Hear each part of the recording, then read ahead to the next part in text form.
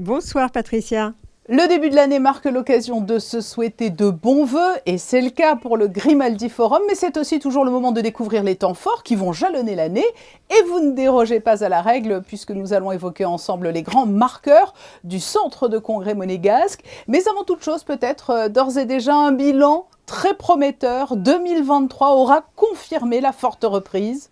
Oui, absolument, un bilan très prometteur. On est ravis de pouvoir annoncer, même si les chiffres ne sont pas encore totalement finalisés, puisqu'on est en tout début d'année, que l'année 2023 boucle avec un chiffre d'affaires qui est à 90% du chiffre d'affaires de 2019. Je prends 2019 à dessein, vous le savez.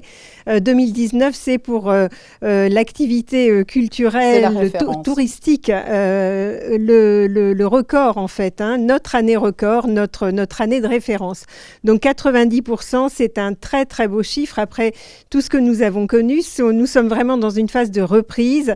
Et cette année, un calendrier événementiel extrêmement chargé qui devrait nous permettre de retrouver l'année 2019, voire de la dépasser si tout se passe bien. Venons-en au temps fort de 2024. Dès ce mois de janvier, un spectacle complet d'ores et déjà et la reprise, jeudi avec les Thursday Live.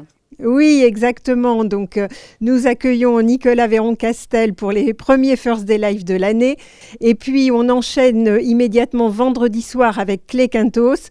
Clé Quintos que l'on ne présente plus, qui fait énormément de télévision et qui est ce magicien mentaliste. Il fait un petit peu peur comme ça, qui travaille dans une ambiance un petit peu particulière.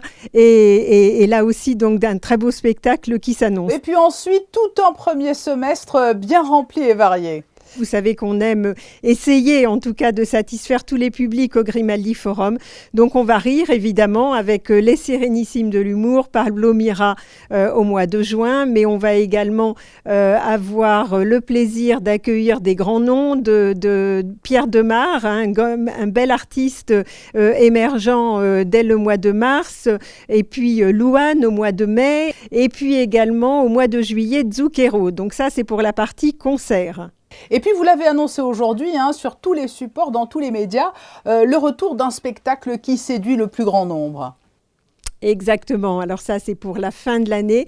Mais en effet, Mamma Mia, qui sera donc la comédie musicale de la fin de l'année et qui devrait faire le plein. En tout cas, elle fait le plein partout où elle passe. On ne se lasse pas des titres d'ABBA. On ne se lasse pas d'entendre toutes ces chansons qui sont soit des très bons souvenirs pour certains, mais également des découvertes pour les plus jeunes. Nous avions programmé Mamma Mia il y a déjà 15 ans. Mais c'est un titre qui ne vieillit pas, incontournable. Et donc, on vous attend très nombreux également. On retrouvera les ballets de Monte-Carlo, l'orchestre philharmonique, l'opéra. On aura l'occasion d'en reparler, mais un programme d'une grande richesse. Et on espère, on vous attend nombreux en tout cas, que ce soit cet été pour l'exposition Turner, mais également pour tous les spectacles qui commencent, comme vous l'avez dit, dès cette semaine. Et si l'on regarde encore un tout petit peu plus loin, brièvement, de belles échéances vous attendent aussi en 2025.